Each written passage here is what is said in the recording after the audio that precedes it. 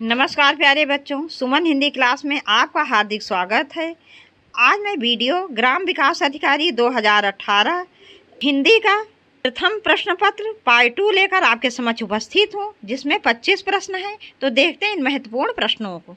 एक, तो देने योग्य है के लिए एक शब्द है। ए गे, बी दे, सी पे, डी दान। इसका विकल्प बी सही है, दे। जो देने योग्य है उसके लिए एक शब्द होता है दे। अन्य विकल्प देख लेते हैं। गे, जो गाया जा सके। पे, जो पीने योग्य हो। डी दान, जो निस्वार्थ भाव से धन दिया जाता है उसे दान कहते हैं। देखते हैं अगला प्रश्न। दिन दीन शब्द युग्म का सही अर्थ है। ए दिवस गरीब, बी गरीब दिवस, सी सुबह गरीब, डी दोपहर गरीब। इसका विकल्प ए सही है, दिवस गरीब। दिन का क्या अर्थ होता है? दिवस। और दीन का अर्थ होता है गरीब। देखते हैं प्रश्न 3। निम्न में कौन सा शब्द अनेकार्थक है? ए साहस, बी पुस्तक, सी अंबर, डी बालक। इसका विकल्प सी सही है, अंबर। अनेकार्थक शब्द वे होते हैं जिस शब्द के कई अर्थ निकलते हैं। अगला प्रश्न। निम्न में वर्तनी की दृष्टि से शुद्ध शब्द है। ए पूज्य, बी परीक्षण, सी प्राण, डी परीक्षा। इसका विकल्प डी सही, परीक्षा। अन्य विकल्प देख लेते हैं। ये पूज्य नहीं होगा, इसमें बड़े की मात्रा रहेगी, पूज्य। परीक्षण कोई शब्द नहीं होता, जो इसमें बड़ी ई की मात्रा लगेगी, परीक्षण। प्राण कोई शब्द नहीं है, प्राण में ना की जगह अड़ा रहेगा, शुद्ध शब्द है प्राण। अगला प्रश्न। निम्न में वर्तनी की दृष्टि से अशुद्ध शब्द है। ए प्रादेशिक, बी माधुर, सी व्याप्त, डी प्रमाणिक। इसका विकल्प डी सही है, प्रमाणिक। प्रमाण मूल शब्द होता है, इसमें एक प्रत्यय लग के शब्द बनता है प्रामाणिक। तो प्रा में आ की मात्रा रहती है, शुद्ध शब्द होता है प्रामाणिक। अगला प्रश्न। निम्न में अधिकरण कारक का परसर्ग कौन सा है? ए पर, बी ने, सी को, डी से। इसका विकल्प ए सही है, पर। अधिकरण कारक का चिन्ह होता है पर और में। ने कौन से कारक का चिन्ह है? ये कर्ता कारक का चिन्ह है। को कर्म कारक का चिन्ह है। डी से करण कारक और अपादान कारक का चिन्ह है। करण कारक में जुड़ने का भाव पाया जाता है और अपादान कारक में अलग होने का भाव पाया जाता है। अगला प्रश्न। निम्न में पुल्लिंग शब्द कौन सा है? ए क्षमा, बी घटना, सी क्षेत्र, डी रीत। इसका विकल्प सी सही है, क्षेत्र। आप कैसे पहचानेंगे बच्चों कि कौन सा पुल्लिंग है, कौन सा स्त्रीलिंग है? तो इसको हम बोल के देख लेंगे। जैसे क्षमा की जाती है, क्षमा दी जाती है, घटना घटती है, घटना घट गई, रीत चली आ रही है, क्षेत्र बड़ा है, क्षेत्र छोटा है। तो इस तरह से बोलने से हमें पता चल जाता है कि कहाँ स्त्रीलिंग का भाव है, कहाँ पुल्लिंग का। तो इस प्रकार से क्षेत्र पुल्लिंग शब्द है और तीनों विकल्प स्त्रीलिंग हैं। अगला प्रश्न। निम्न में स्त्रीलिंग शब्द कौन सा है? ए दुख, बी गरिमा, सी लेख, डी स्पर्श। इसका विकल्प बी सही है, गरिमा। गरिमा उनकी बड़ी गरिमा है। तो इस प्रकार से गरिमा स्त्रीलिंग शब्द है। दुख हुआ या दुख दिया, लेख लिखा जाता है, स्पर्श किया या स्पर्श हुआ। तो इस प्रकार से बोलने से हमें पता चल रहा है कि गरिमा स्त्रीलिंग है और तीनों विकल्प पुल्लिंग हैं। अगला प्रश्न देखते हैं। किसका प्रयोग सदैव बहुवचन में होता है? ए दर्शन, बी नारी, सी लता, डी गाय। इसका विकल्प ए सही, दर्शन। कुछ शब्द सदैव बहुवचन में प्रयोग होते हैं, जैसे दर्शन, दर्शक, प्राण, ओठ, बाल, हस्ताक्षर। देखते हैं अगला प्रश्न। निम्न में भूतकाल का उदाहरण है। मैं जाता हूँ, बी राम घर गया था, सी वो आ रहा है, वो पुस्तक पढ़ेगा। इसका विकल्प बी सही है, राम घर गया था। भूतकाल किसे कहते हैं?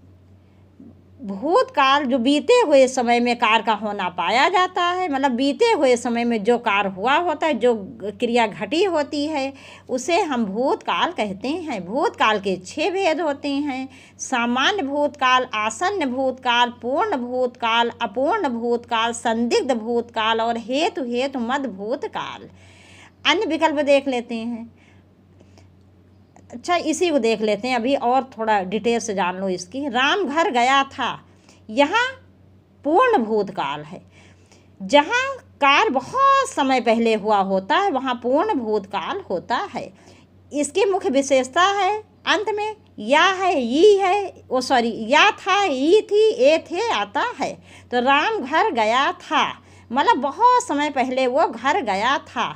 जहाँ या था, ई थी, ये थे आए वहाँ पूर्ण भूतकाल होता है। अन्य विकल्प देख लेते हैं। मैं जाता हूँ, ये क्या है? वर्तमान काल है, सामान्य वर्तमान काल है। जहाँ पर भी अंत में ता है, ती है, ता हूँ, इस प्रकार के शब्द आते हैं वहाँ सामान्य वर्तमान काल होता है। विकल्प सी देख लेते हैं। वो आ रहा है, जहाँ रहा है, रही है, रहे है आता है वहाँ तात्कालिक वर्तमान काल होता है। वो पुस्तक पढ़ेगा माने आने वाले समय में पढ़ेगा, यहाँ सामान्य भविष्य काल है। देखते हैं अगला प्रश्न। निम्न में भाववाच्य है।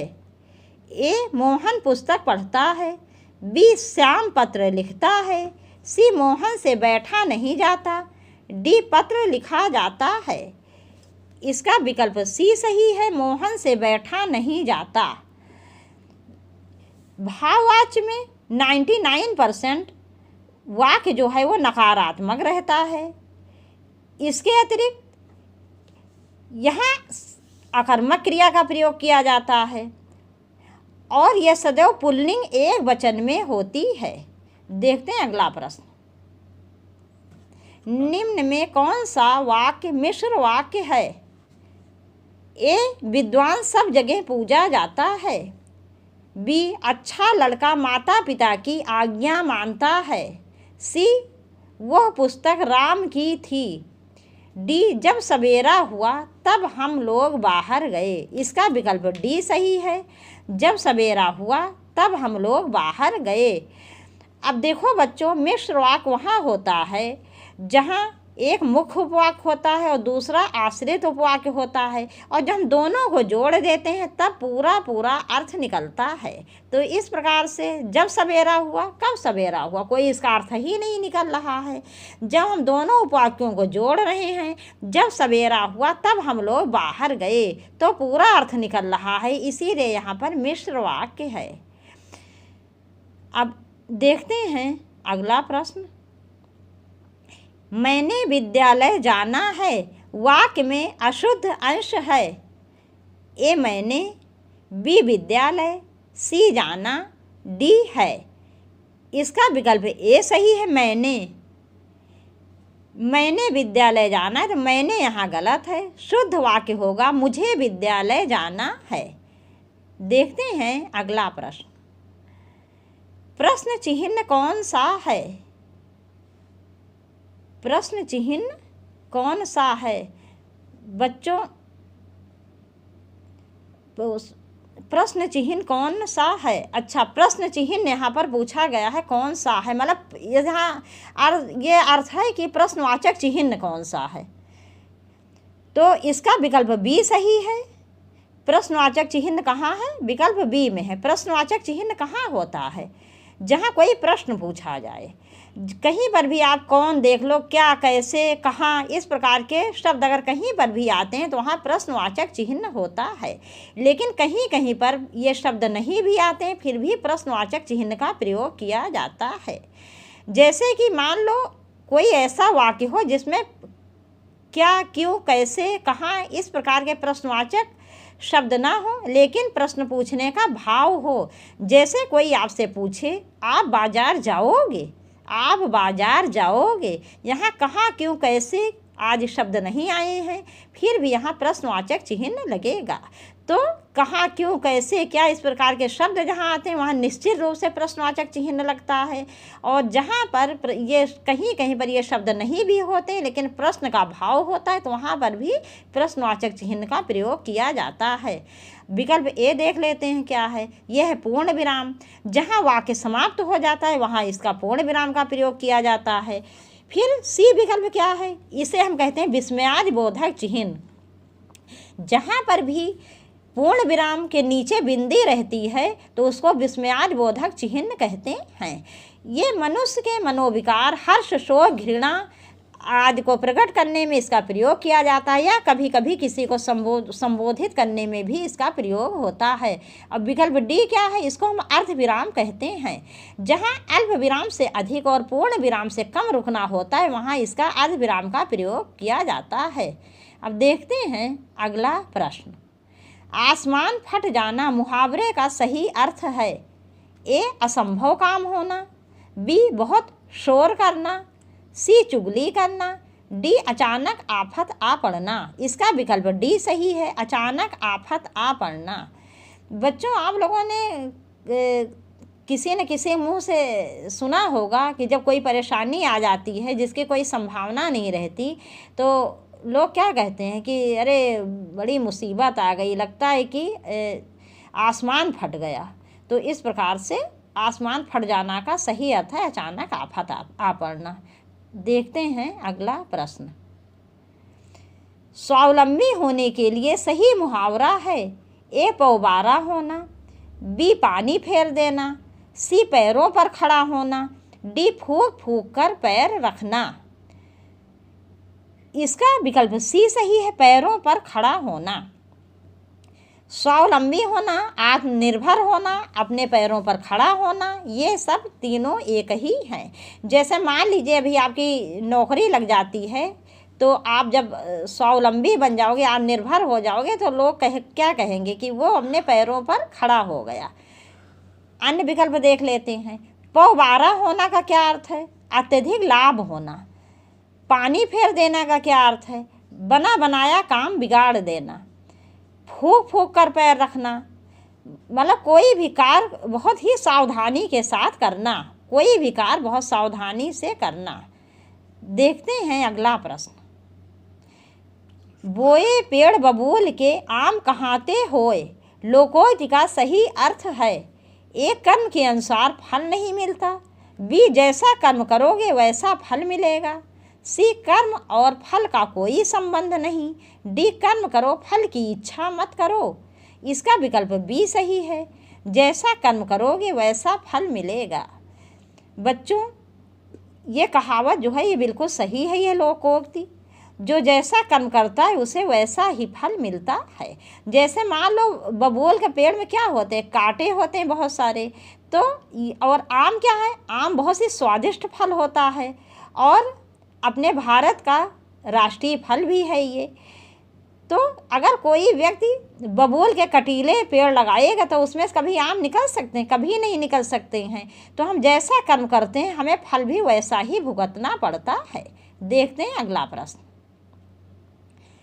लाभ ही लाभ अर्थ के लिए सही लोकोक्ति है। ए पांचों अंगुलियों में घी, बी पांचों अंगुलियां बराबर नहीं होती, सी नेकी कर और कुएं में डाल, डी नेकी और पूछ पूछ। इसका विकल्प ए सही है, पांचों अंगुलियां घी में। देखते हैं अगला प्रश्न। मूल पाठ का व्याख्या के साथ अनुवाद कहलाता है। ए शब्दानुवाद, बी भावानुवाद, सी सारा अनुवाद, डी व्याख्या अनुवाद। इसका विकल्प डी सही है, व्याख्या अनुवाद। देखते हैं अगला प्रश्न। ब्रज भाषा हिंदी की किस उपभाषा के अंतर्गत आती है? ए पहाड़ी हिंदी, बी पूर्वी हिंदी, सी पश्चिमी हिंदी, डी राजस्थानी हिंदी। इसका विकल्प सी सही है, पश्चिमी हिंदी। ब्रज भाषा पश्चिमी हिंदी के अंतर्गत आती है। पश्चिमी हिंदी की 5 बोलियां हैं। कौन कौन सी है? खड़ी बोली, ब्रज भाषा, बुंदेली, कन्नौजी और हरियाणवी जिसका उपनाम है बांगरू या जाटू। पूर्वी हिंदी के अंतर्गत 3 बोलियां हैं, अवधी, बघेली, छत्तीसगढ़ी। पहाड़ी हिंदी के अंतर्गत मुख्य रूप से 2 बोलियां हैं, कुमाऊनी और गढ़वाली। राजस्थानी हिंदी के अंतर्गत भी 5 बोलियां हैं, मेवाती, मारवाड़ी, मेवाड़ी, जयपुरी और हाड़ौती। जयपुरी का उपनाम है ढूढ़ाड़ी। देखते हैं अगला प्रश्न। अमेंडमेंट के लिए सटीक हिंदी अनुवाद है। ए शोधन, बी संशोधन, बी प्रशोधन, डी समाशोधन। इसका विकल्प बी सही है, संशोधन। देखते हैं अगला प्रश्न।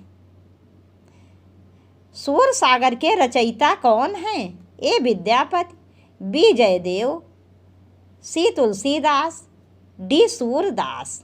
इसका विकल्प डी सही है, सूरदास। सूरसागर सूरदास जी की रचना है। सूरदास जी भक्ति काल के, सगुण मार्गी शाखा के, कृष्ण भक्ति धारा के कवि हैं। ये इनकी 3 मुख्य रचनाएं हैं, सूरसागर, सूर सारावली और साहित्य लहरी। देखते हैं अगला प्रश्न। निम्न में रीतिकाल का कवि कौन है? ए जयशंकर प्रसाद, बी सूर्यकांत त्रिपाठी निराला, सी बिहारी, डी सुमित्रा नंदन पंत।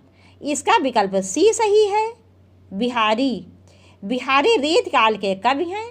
रीतिकाल को 3 भागों में बांटा गया है, रीतिबद्ध काव्यधारा, रीति सिद्ध काव्यधारा और रीति मुक्त काव्यधारा। बिहारी रीति सिद्ध काव्यधारा के कवि हैं। सिर्फ इन्होंने एक रचना की है, बिहारी सस्सई, और सिर्फ एक ही रचना से ये हिंदी साहित्य जगत में अमर हो गए हैं। अन्य विकल्प देख लेते हैं। जयशंकर प्रसाद ये छायावादी कवि हैं और छायावाद के जनक भी हैं। बी सूर्यकांत त्रिपाठी निराला, ये भी छायावादी कवि हैं। डी सुमित्रा नंदन पंत, ये भी छायावादी कवि हैं। तो इसमें बिहारी जो हैं वो रीतकालीन कवि हैं, रीति सिद्ध काव्यधारा के कवि हैं। इसके अतिरिक्त ये तीनों छायावादी कवि हैं। देखते हैं अगला प्रश्न। उसने कहा था कहानी के लेखक हैं। ए किशोरी लाल गोस्वामी, बी चंद्रधर शर्मा गुलेरी, सी प्रेमचंद, डी भगवान दास। इसका विकल्प बी सही है, चंद्रधर शर्मा गुलेरी। इन्होंने मुख्य रूप से सिर्फ 3 कहानियाँ लिखी हैं। उसने कहा था, सुखमय जीवन, बुद्धू का कांटा, और इन्हीं 3 कहानियों से ये हिंदी कहानी जगत में अमर हो गए हैं। देखते हैं अगला प्रश्न। उर्वशी किसका काव्य है? ए जयशंकर प्रसाद, बी मैथिली शरण गुप्त, सी रामधारी सिंह दिनकर, डी महादेवी वर्मा। इसका विकल्प सी सही है, रामधारी सिंह दिनकर। देखो बच्चों, आप एक बात पर विशेष ध्यान दो कि यदि उर्वशी रचना पूछी जाती, रचना अगर पूछी जाती किसकी है, तो जयशंकर प्रसाद भी इसका उत्तर सही हो जाता और रामधारी सिंह दिनकर भी सही हो जाता। लेकिन यहाँ पर पूछा गया है उर्वशी किसका काव्य है, तो काव्य जो है ये रामधारी सिंह दिनकर का है। उर्वशी रचना जयशंकर प्रसाद जी ने भी की है, लेकिन वो चंपू काव्य है, वो सिर्फ काव्य नहीं है, वो है चंपू काव्य। चंपू काव्य उसे कहते हैं जो गद्य और पद्य मिश्रित होता है। वीडियो समाप्त कर रहे हैं। ये 2018 प्रथम पाली का ये पार्ट 2 है, तो इसमें 25 प्रश्न मैंने इससे पहले पार्ट 1 में पढ़ाए और 25 प्रश्न यहाँ पर हैं। तो अब यहीं पर वीडियो समाप्त कर रहे हैं। आपसे जल्दी ही मिलेंगे वीडियो के बहुत अच्छे प्रश्नों के साथ। तब तक के लिए नमस्कार।